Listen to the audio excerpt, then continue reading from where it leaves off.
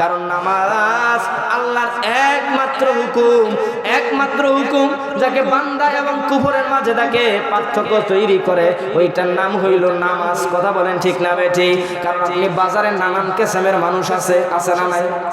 কথা কন, নানান কিসমের মানুষ আছে না? নানান কিসমের মানুষ আছে রে বাবা। আপনি হিন্দু খুঁজলে হিন্দু পাবেন, আপনি ইহুদি খুঁজলে ইহুদি পাবেন, আপনি বৌদ্ধ খুঁজলে বৌদ্ধ পাবেন, আপনি নাসারা খুঁজলে নাসারা পাবেন, আপনি বিভিন্ন জাতের মানুষ পাবেন। কথা বলেন ঠিক না বেঠে? ওই বাজারে মুসলমানও আছে না নাই? কথা কোন আছে না নাই?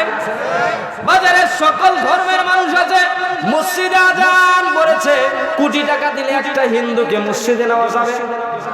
জড়ো তো তোমার আমি 1 লাখ টাকা দিলাম, তুমি আজকে ফজরের নামাজটা আমার নাকি জামাতে পড়ে যাও, মাগরিবের নামাজটা আমার নাকি শরীক হবে? কথা কন হবে না। কারণ ওইটা সে ঈমান আনে নাই, সে মুসলমান না। আর যদি মুসলমান হইতো তার টাকা দেওয়া লাগতো না। যদি তাকে ঠিকভাবে বলা যাইতো তাইলে অটোমেটিকলি আপনার সাথে মসজিদে চলে আসতো। কথা বলেন ঠিক কিনা? এই বাজারের ভিতরে যখন মসজিদে আজান হবে, বাজারে লোকজনের ভিড় থাকবে। প্রকৃত মুসলমান যারা, তারা আজান শুনে বাজারে থাকতে পারবে না। বাজারে যেইখানে যাবে, যেই জায়গায় যেই মসজিদ থাকবে, ওই মসজিদে ঢুকিয়া আল্লাহর হুকুম আদায় করবে। কথা বলেন ঠিক কিনা? এই জন্য নিজেকে তৈরি করতে হবে। আপনি যেখানেই যান, যেখানেই থাকেন, আপনাকে নামাজটা পড়তে হবে। নামাজ ছাড়া কিন্তু বাবা কারো উপায় নাই।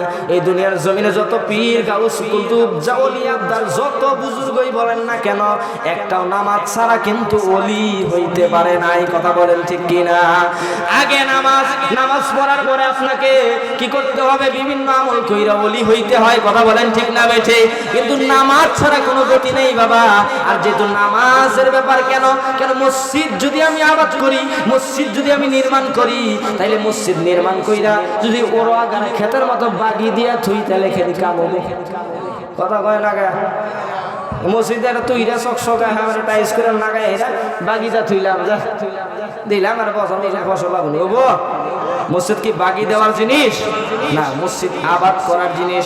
আমার নবীজি সাল্লাল্লাহু আলাইহি ওয়াসাল্লাম বলেন, যারা মসজিদে আসে এবং যায়, যারা মসজিদে আসে এবং যায়, যারা মসজিদে আসে এবং যায়, মসজিদের যাতে যাদের সম্পর্ক আছে, তাদের জন্য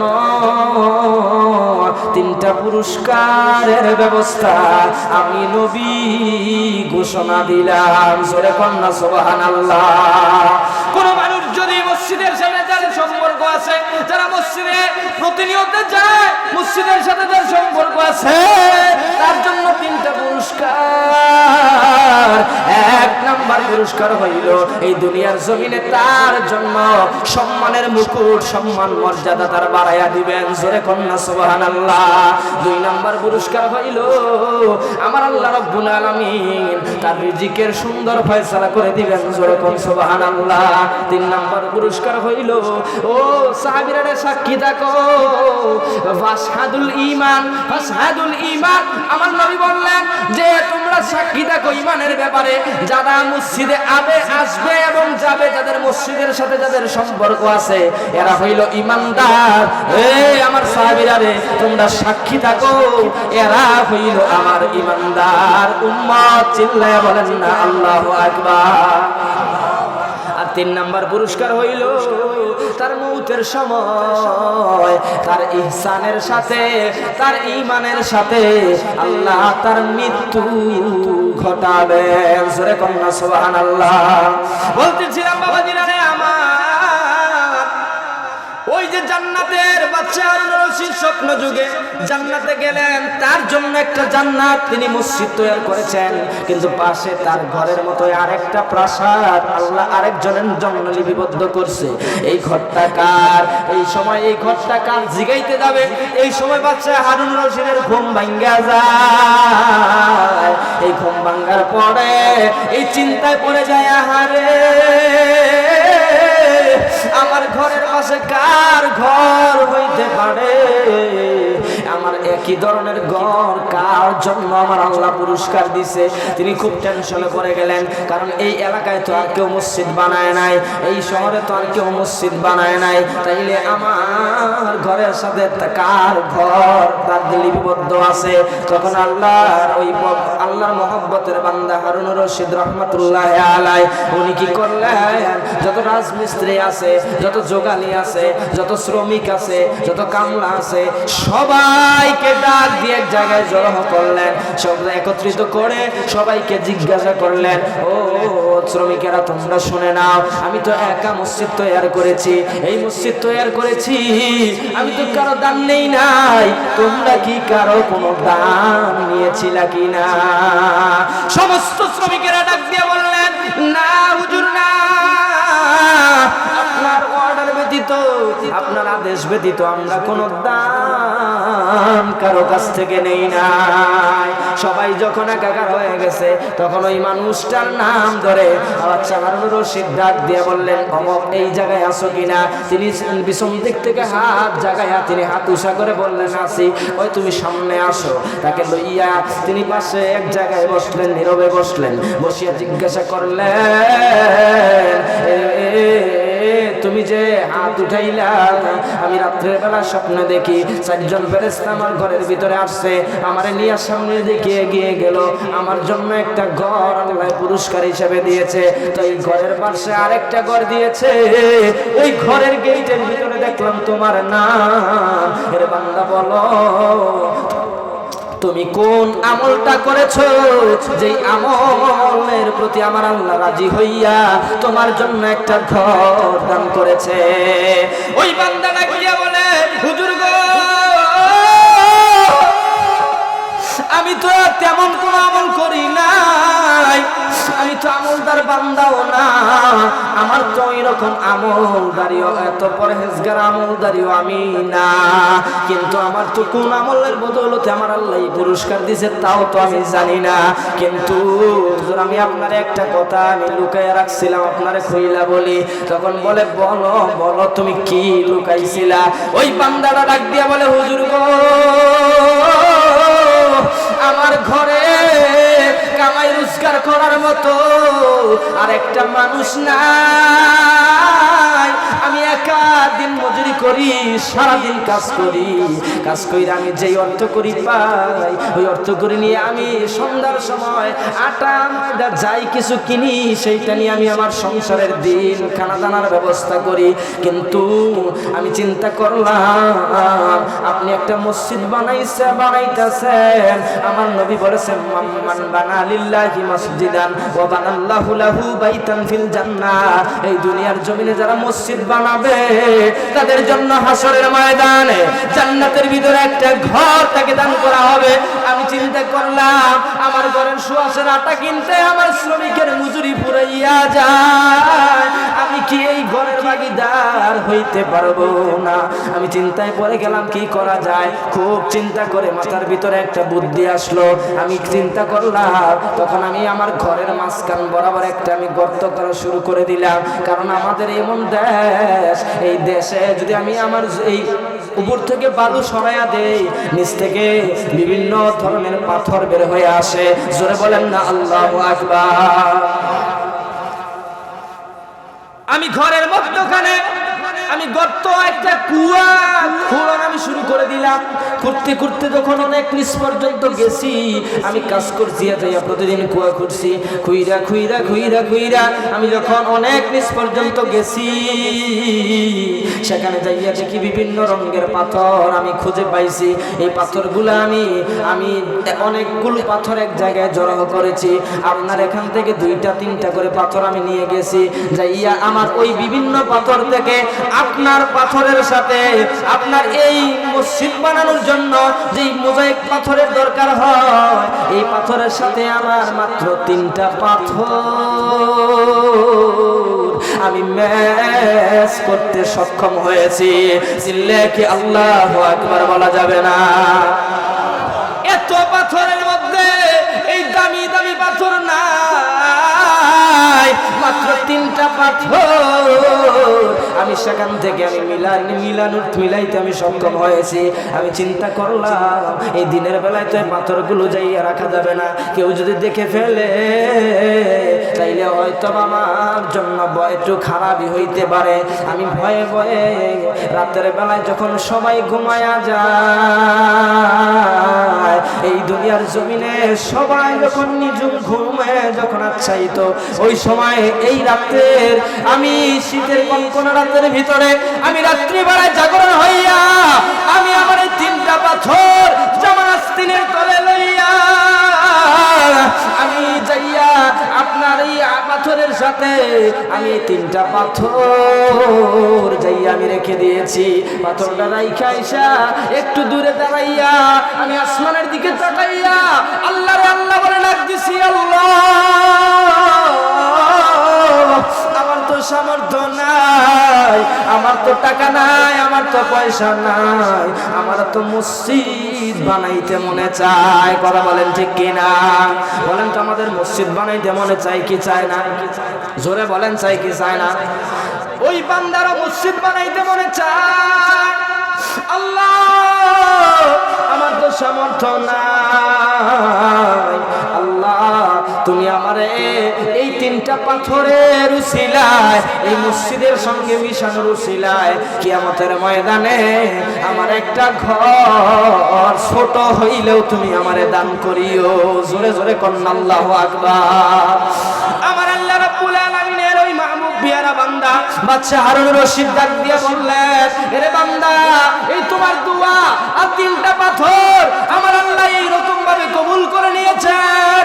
আমি কোটি কোটি টাকা খরচ করে মসজিদ তৈরি করে আমার জন্য যেই ঘরের বরাদ্দ আমার আল্লাহ করেছেন, যেই পুরস্কারের ব্যবস্থা আমার আল্লাহ করেছেন, তোমার জন্য সেই ঘরের ব্যবস্থা একই ধরনের প্রাসাদের ব্যবস্থা আমার আল্লাহ করেছেন। সূরা কন্যা সুবহানাল্লাহ। বলেন তো আমরা মসজিদ তৈরি করতে চাই কি চাই না? আওয়াজ দিয়ে বলতে হবে চাই কি চাই না? আমার বাবাজিরা, এটা হলো ঈমানের বিষয়। কথা বলেন ঠিক না ভাই? ঠিক। আমার আল্লাহ রাব্বুল আলামিন কোরআনুল কারীমে সুন্দর করে বলে দিলেন, মান জাআ বিল হাসানাতি ফালাহু আশরু আমসালিহা। এই দুনিয়ার জমিনে যারা একটা নেক আমল করবে, আমার আল্লাহ রাব্বুল আলামিন যেই ব্যক্তি দুনিয়ার জমিনে আল্লাহর রাস্তায় 1 খরচ করবে, আমার আল্লাহ তারে 10 দান করবেন। সূরা কন্যা সুবহানাল্লাহ।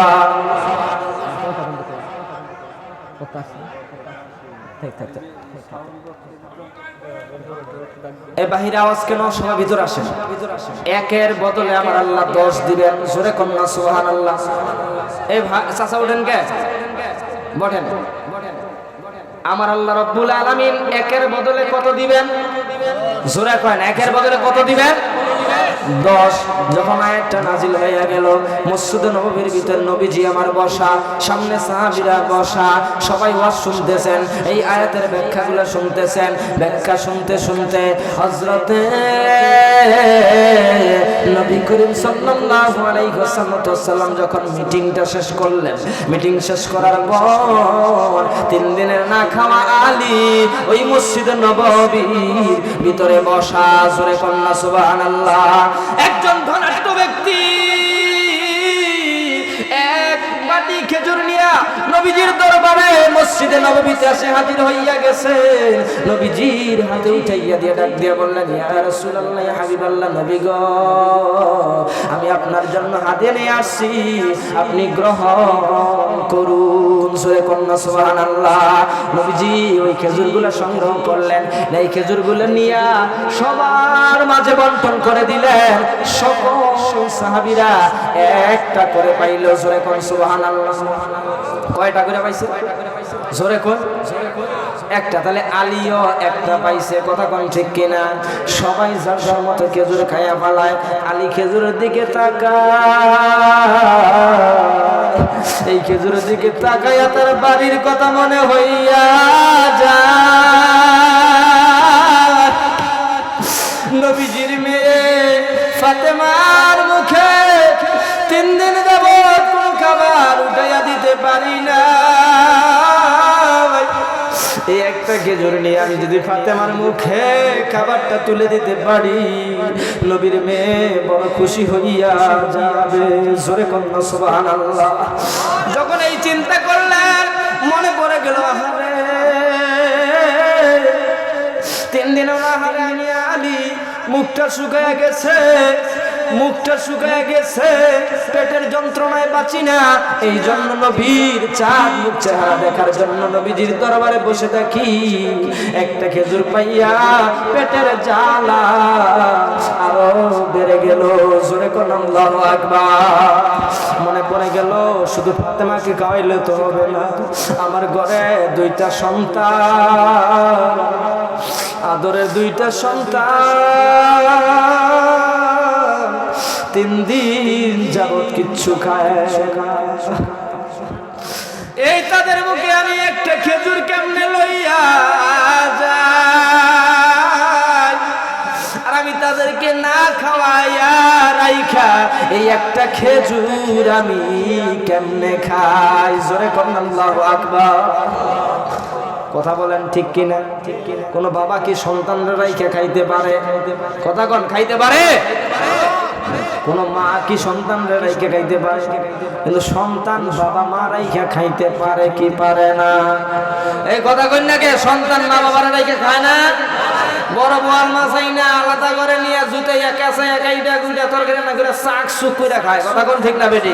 জনম দক্ষিণী মা বাবা ঘুরে ঘুরে বৈশা বৈশা চোখের পানি ফালা আদরে সন্তান মানুষ করে দিলা, ওই মাছের চাকা কি আমার কপালে নাই? কথা বলেন ঠিক কিনা?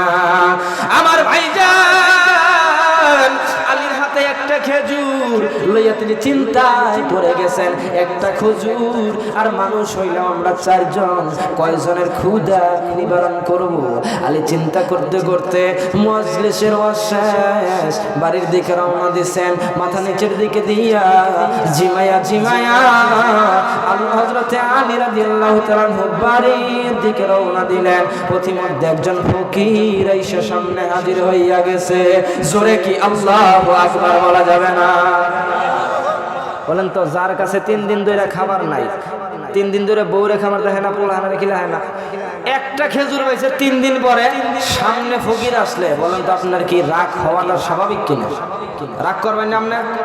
কথা কন না। আপনি 3 দিন এলা বাদে দিন, সকালে খেতে গেছেন, একটু আইতে গেলে কাপড় চোপড় বইরা একটু আত্মুখ ধুয়েছেন, ফকিরে মনে করছেন মানে ভালো করেছে।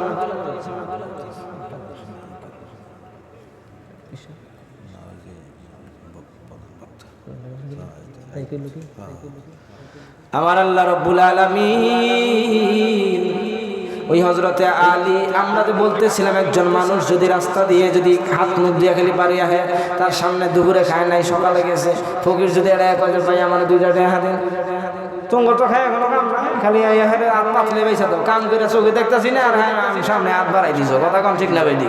এই অবস্থাই না আমাদের? এরকমই অবস্থা আমাদের।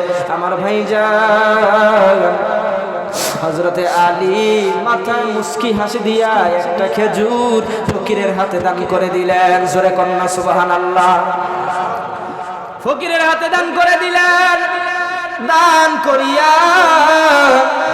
তিনি মুখের হাসি মুখে বাড়িতে চলে গেলেন। 2টা সন্তান দরজায় দাঁড়াইয়া আব্বুরে আব্বু বলে ডাক দে, আব্বু নানার দরবার থেকে আসছো, কিছু তাবারক কিছু হাদিয়া কি আমাদের জন্য নিয়ে আসো না? 2টা সন্তান মুখ পানে তাকিয়ে রইল। হযরতে আলী রাদিয়াল্লাহু তাআলার মুখে কোনো আওয়াজ নাই, একেবারে নিস্তব্ধ হইয়া গেলেন, কোনো কথা নাই। মনটা মলিন করে ঘরে যাইয়া তিনি তার বিছানায় বসে রইলেন। মুখটা বড় ভার, তিনি দরজাটা লাগাইয়া দিয়া যখন মাথাটা নিচের দিকে ঝিমাইয়া ঝিমাইয়া তিনি যখন ডাকতেছেন, এই সময় দরজার সামনে একজন মানুষের মতন একজন আইসা যেমন কড়া নাড়তেছে, আলী বাড়িতে আছেন কি ভাই? দরজাটা খুলে আপনার জন্য কিছু উপহার নিয়ে আসছি। জোরে কন্যা সুবহানাল্লাহ। আপনার জন্য কিছু উপহার আমি নিয়ে আসছি। হযরতে আলী রাদিয়াল্লাহু তাআলা দরজাটা খুললেন, খুইলা সামনে তাকায়া দেখেন এইটার কেউ না, আল্লাহর নবীর দরবারের সবচাইতে বৃদ্ধ সাহাবী, নাম হইল তার সালমান ফারসি। জোরে কোন সুবহানাল্লাহ। সালমান ফারসি রাদিয়াল্লাহু তাআলা দরজার সামনে দাঁড়াইয়া থেকে তার আস্তিনে থেকে কিছু খেজুর বের কইরা হযরতে আলী রাদিয়াল্লাহু তাআলা নূর হাতে উঠাইয়া দিলেন। আলী হাতে নিয়ে খেজুরগুলা খুঁজলেন, গুইনা দেখে খেজুর আছে 9টা। কয়টা? জোরে কোন কয়টা? এ পিছনে বাবাজিরা কথা কই নাকি? কয়টা খেজুর আছে? 9টা খেজুর। আলী ডাক দিয়ে বলে, সালমান ভাই, এই খেজুর আমার না। জোরে কোন সুবহানাল্লাহ। এই খেজুর কার না? আমার না। বলেন তো দেখি, ক্ষুধার মুখে খেজুর পাইছি 9টা, আমার না কার? দেহার বিষয় আছে? কথা কোন দেহার বিষয় আছে? না, খাইয়া নেই আগে। কিন্তু আলী বলতেছে, পেটে ক্ষুধা, সন্তান না খাইয়া রইছে, ঘরের বিবি না খাইয়া রইছে। আলী ডাক দিয়ে বলতেছে,